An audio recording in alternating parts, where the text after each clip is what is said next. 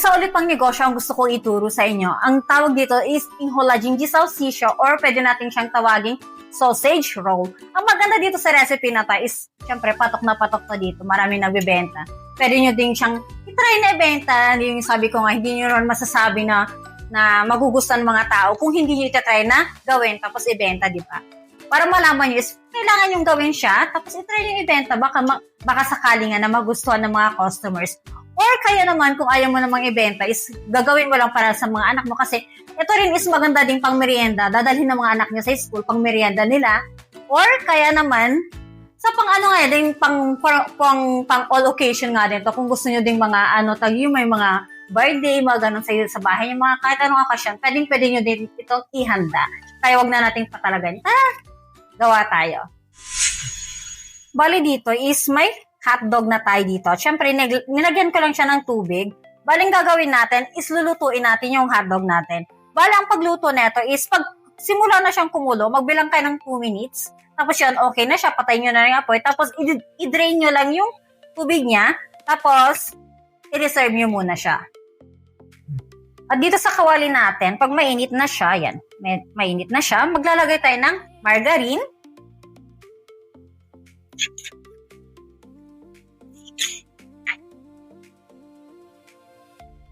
I-melt lang natin yung margarine natin.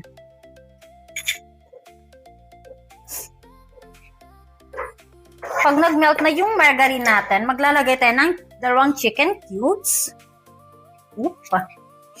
Yan. I-melt lang natin yung chicken cubes natin. Pag nag-melt na yung chicken cubes natin, maglalagay na tayo ng tubig. At gatas. Maglalagay tayo ng kalahating kutsarang asin.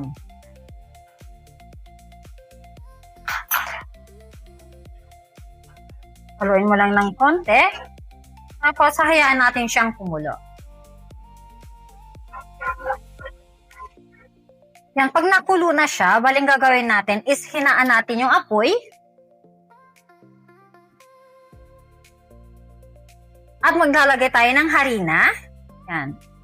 Lagyan natin lahat yung harina natin. Bali, ito yung nga pala yung cups na ginagamit ko. Yan. Ang gagawin mo is haluin mo lang siya ng haluin.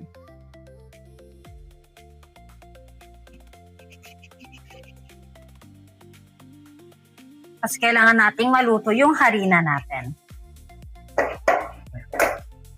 Ano, kung makikita nyo siya, parang ang hirap niyang haluin kasi parang tumitigas siya. Yan. Pero, okay mag-alala is kasi normal lang siya na ganito yung magiging itsura niya. Pero ang gagawin natin, kailangan ito, yung mga makikita yung mga puti-puti, yung harina, kailangan dapat is wala yung mga ganyan. Kailangan nating lutuing maigi yung masa natin. Matigas lang siyang gawin, mahirap na haluin. Pero, sulit naman pag nagawa nyo to. Yan kung makikita nyo siya, yan iaangat ko siya, hindi siya nadikit. Yan. Pag ganito na siya, ayan, medyo makinis-kinis na siya, Pag ganito na siya, patayin nyo na yung apoy, at lalagyan natin dito. Yan. At syempre, ang sikreto para maganda yung masa natin, habang mainit pa siya, is kailangan masahiin natin siya. Siyempre, gamit neto. Kasi mainit, bagong luto natin. Gantuhin mo lang siya. Hindi mo na kailangan dagdagan pa ng harina.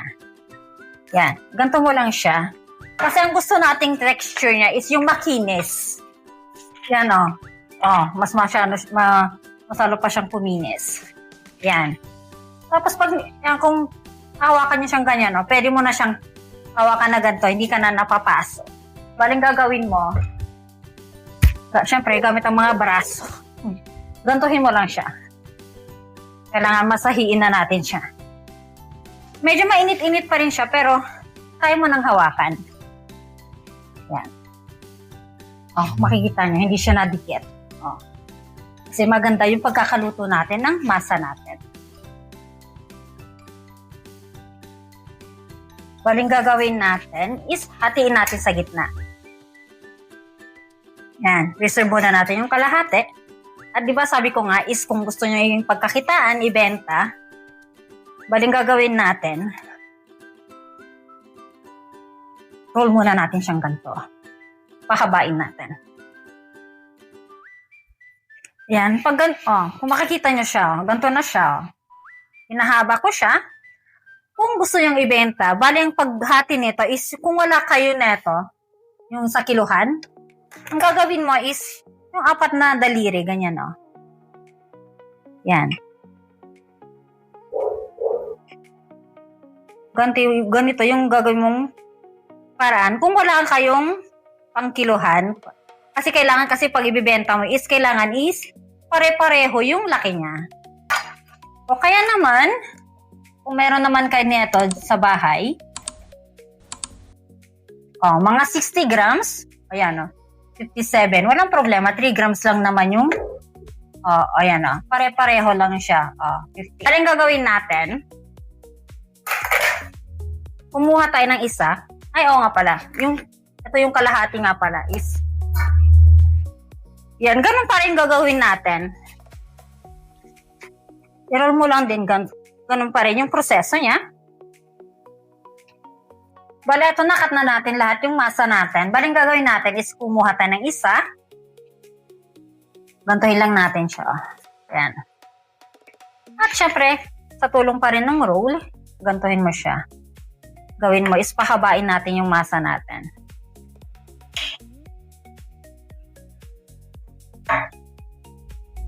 Ayan.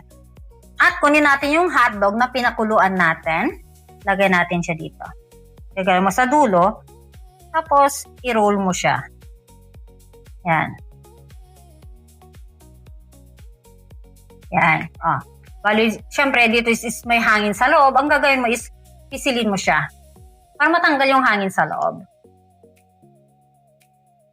Yan. Pag napisil mo siyang ganyan, gagawin mo, gantuhin mo lang siya. I-roll mo siyang ganyan. Tapos dito sa mga gilid-gilid niya dito, kailangan is idikit mo yung masa natin sa hotdog. Yan. Kasi pag hinayaan mo siyang bukas, is may tendency na pag free-fry na natin siya, is papasok yung mantika sa loob. Yan.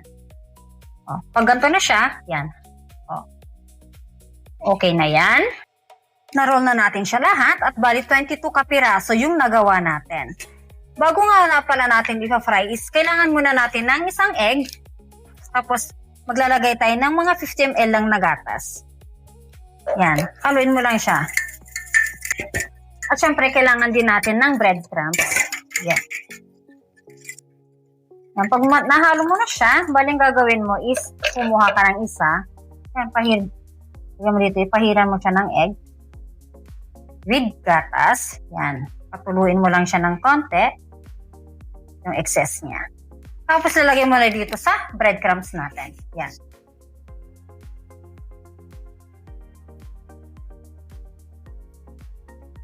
Siyempre, tanggalin mo yung excess niya.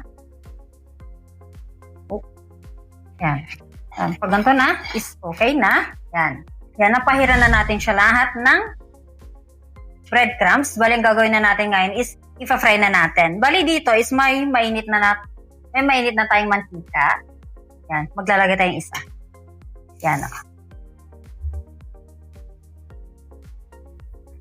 Baling sigredo nga pala neto sa pag-fry mo, para maganda yung kalalabasan niya, is huwag kayong maglagay ng madami. Mga 2-3, okay na yan. Kasi pag marami kayong nilagay, is bababa yung temperature ng mantika, is hindi maganda yung kalalabasan niya. Walang gagawin lang natin, is ipa-fry natin hanggang sa mag-golden brown lang siya. Yan pag ganito na siya, kung makikita na siyang ganito na yung kulay niya, yan, okay na yan, hanguin na natin siya.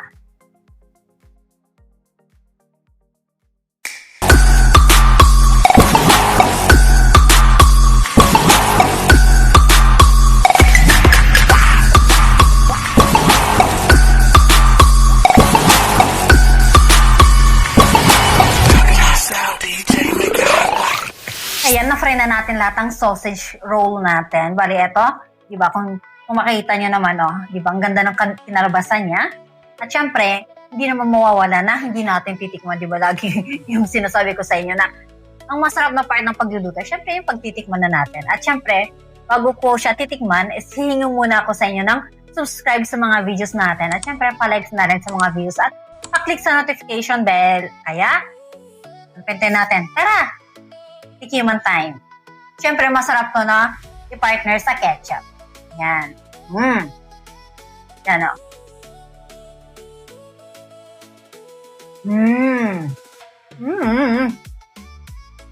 Sarap.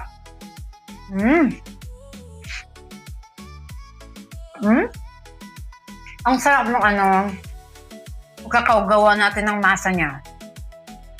Hindi sa yung tawag dito, yung mabigat. Yung, di ba, pag may mga dough na pag niluluto mo is, pag kinakain mo, yung parang, yung lasang, nalalasahan mo yung harina, pero eto hindi. Tapos, syempre, masarap din na i-partner ito. Yung, pag mahilig kayo sa chili sauce. Yan o. Yan. Pag mahilig lang kayo. Kasi masarap nga ito pag may chili sauce din. Sarap. Kaya, gumawa kayo na ito kasi sigurado magugustuhan niyo to. At syempre sa mga anak niyo, kung ayaw niyong ibenta, gagawin niyo pang merienda lang ng mga anak niyo. Sigurado magugustuhan nila to. Kaya gumawa kayo. Kaya, hanggang dito na lang.